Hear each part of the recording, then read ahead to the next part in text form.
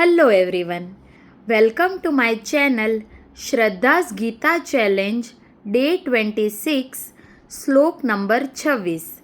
શ્લોક નંબર 26 આ રીતે છે.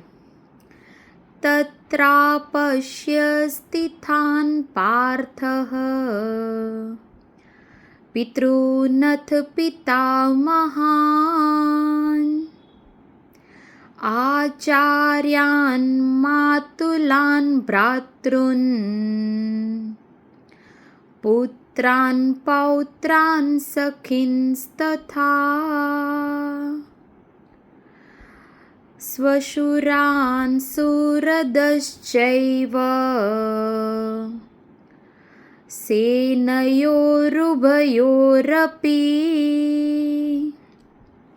હવે આ શ્લોકનો અર્થ એવો થાય છે, શું છે?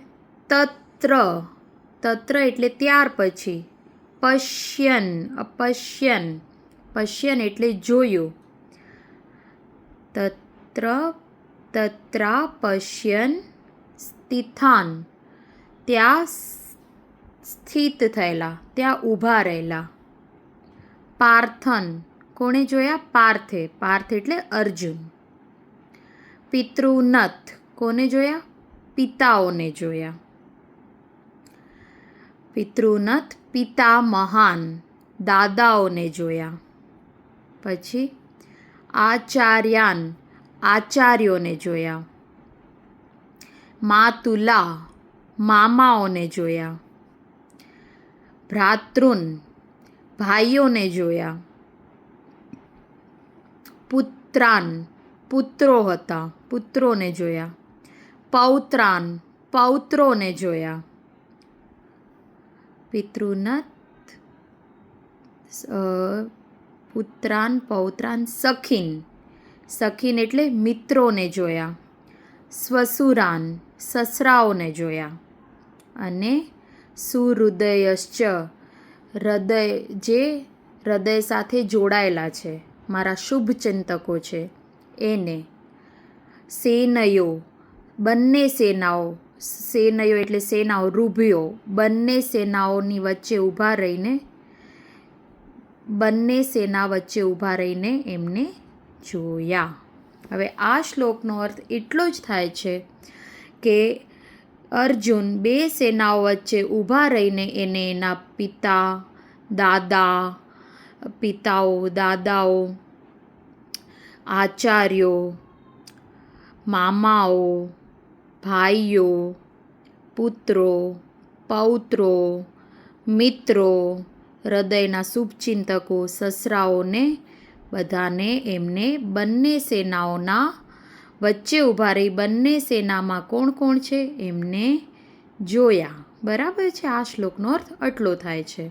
એટલે આ શ્લોક આપણને દર્શાવે છે કે અહીંયા આટલી વાર અર્જુનનું મનસ્થિતિ ક્ષત્રિય તરીકે લડવૈયાની હતી, ધર્મ માટે યોદ્ધાની હતી, યુદ્ધ લડવા તૈયાર થયેલા યોદ્ધાની હતી. પરંતુ આમાં એને પોતિકા અને સંબંધીઓને પોતાનાને જોયા પછી એ શેમાં ફસાયો? સંસારમાં ફસાયો, કેમ કે એને એના પોતિકાને જોયા છે. બરાબર છે? એટલે આ મનસ્થિતિમાં એનું મનમાં મોહ જાગે છે, એનું મન નબળું પડે છે લડવા માટે. આ એની થોડી મનસ્થિતિ બતાવે છે. એટલે જ આ શ્લોકમાં બધા સંબંધીઓના વર્ણન છે. બરાબર છે? એટલે જ એમાં ભાઈઓ, પુત્ર, પૌત્ર, મામા, આચાર્ય, દાદા, પિતા, મિત્ર, આ બધા સંબંધો દર્શાવીને એનો મોહ ઉત્પન્ન કર્યો છે.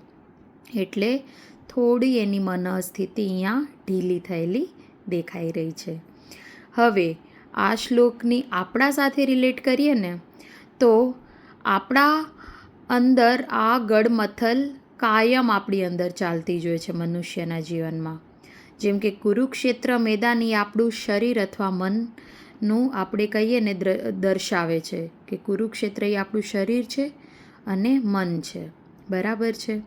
પછી સદ્ગુણો, પાંડવો એ આપણા સદ્ગુણો છે.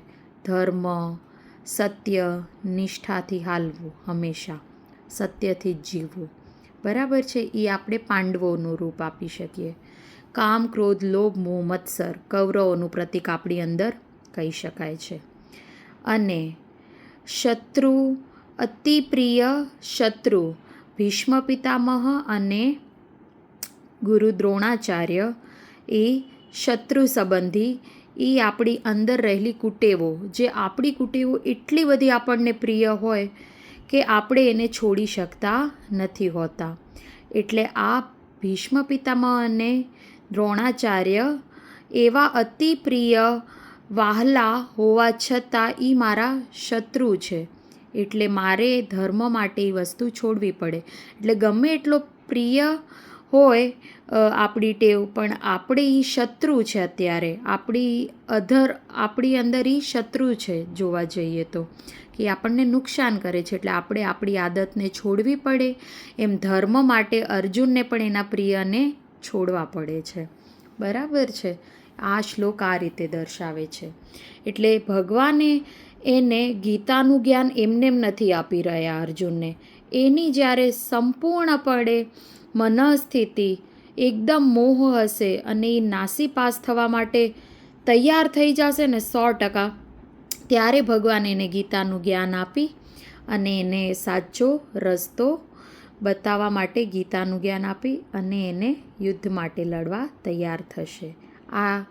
આ શ્લોક આપણને આ કહી જાય છે. એટલે કૃષ્ણ ભગવાનની ગીતા હજી એની એકદમ 100% મનઃસ્થિતિ યુદ્ધમાં લડવા નાસીપાસ થશે ત્યારે જ જ્ઞાન આપશે.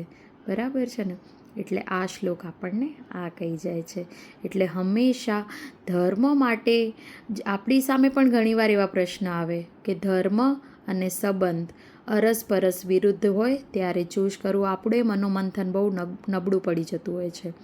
ત્યારે ધર્મને આપણે ચૂઝ કરવો એ બહુ મોટી વાત હોય છે.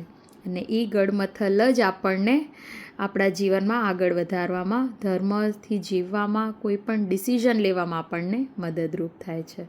તો આ વિડીયો તમને કેવો લાગ્યો? તમે ચોક્કસથી લાઇક, શેર અને સબસ્ક્રાઈબ કરજો. Thank you.